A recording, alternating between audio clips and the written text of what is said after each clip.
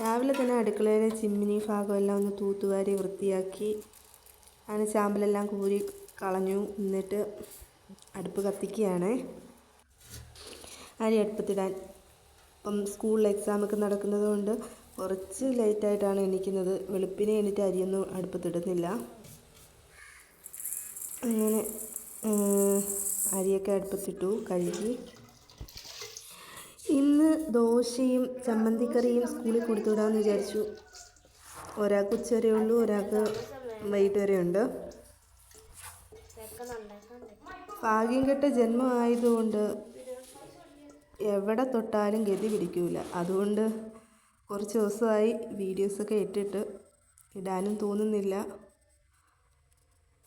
അങ്ങനെ ദാണ്ടെ തേങ്ങയൊക്കെ പൊട്ടിക്കുകയാണ്. ചമ്മന്തിക്കറിയും ദോശയും.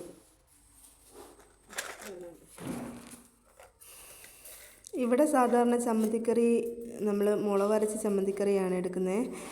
ഇന്ന് കുറച്ച് കാന്താരിയൊക്കെ ഇട്ട് അരയ്ക്കാമെന്ന് വിചാരിച്ചു. ഇവിടെ മോനിക്ക് അതാണ് ഇഷ്ടം, മുളക് പൊടി ഇട്ട് ചമ്മന്തിക്കറിയാണ് ഇഷ്ടം.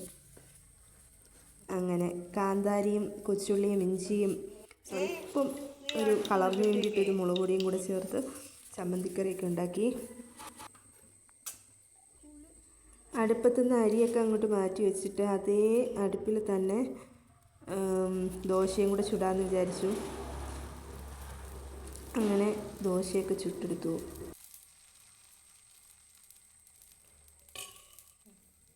ഈ ഗ്യാസിൽ ചുടുന്ന ദോശക്കായാലും കുറച്ചും കൂടെ ടേസ്റ്റ് എനിക്ക് തോന്നുന്നു അടുപ്പിൽ ചുടുന്ന ദോശയ്ക്കാണ്.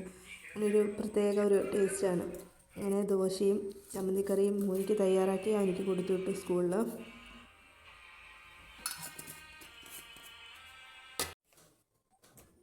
അതിനിടയ്ക്ക് മീൻകാരൻ പോയപ്പോൾ എന്താണ്ട് ചൂരയാണ് ഇന്ന് മേടിച്ചത് കേട്ടോ.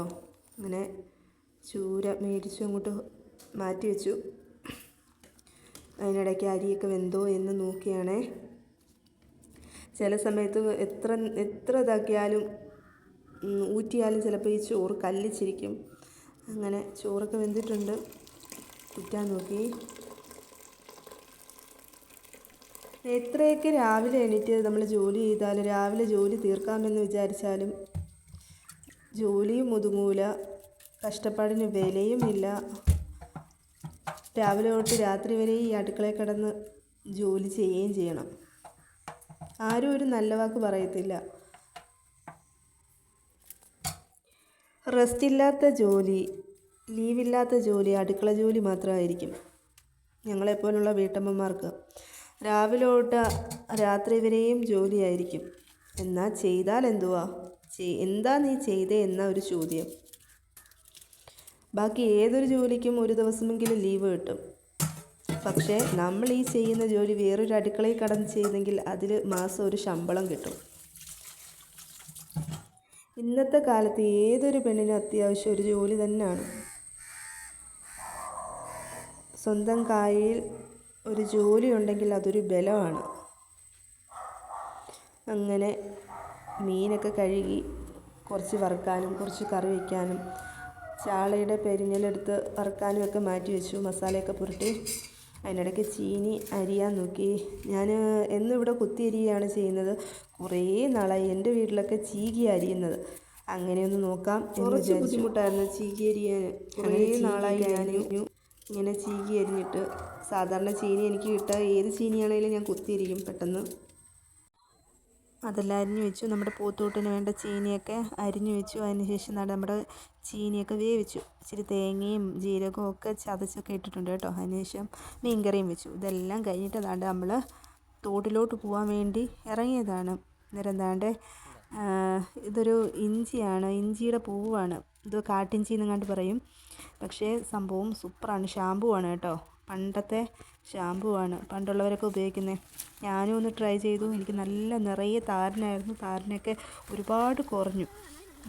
നല്ല സൂപ്പറാണ് കേട്ടോ. അത് ഒരു വട്ടം ഒരാഴ്ചയിൽ ഒരു 2 തവണയൊക്കെ ഒന്ന് ഉപയോഗിച്ച് കഴിഞ്ഞാൽ നല്ല കണക്കിന് താരനൊക്കെ കുറയും. നമ്മുടെ മുടി കൊഴിച്ചിലൊക്കെ മാറും കേട്ടോ. വെളിയിൽ നിന്ന് ഷാമ്പൂ ഒക്കെ മേടിക്കേണ്ട ആവശ്യമില്ല. അതെല്ലാം കഴിഞ്ഞ് നമ്മുടെ തോടെന്ന് പറയാൻ പറ്റില്ല, ചാല് അവിടെ ഇങ്ങനെ വെള്ളമൊക്കെ കെട്ടി നിർത്തി പോത്തിനെയൊക്കെ കുളിപ്പിക്കാനും തുണിയൊക്കെ കഴുകാനൊക്കെ എല്ലാവരും ഉപയോഗിക്കും. അതെല്ലാം കഴിഞ്ഞ് നമ്മൾ കയറി വന്നു.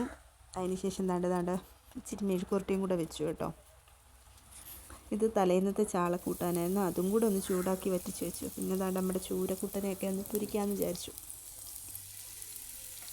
അങ്ങനെ ഇന്ന് ചൂരക്കൂട്ടനും മീൻകറിയും മെഴുക്കുവരട്ടിയും ചീനിയും ഒക്കെ തോട്ടിൽ നിന്ന് പുളിച്ചേറി വന്നതുകൊണ്ട് തന്നെ നല്ല വിശപ്പുണ്ടായിരുന്നു.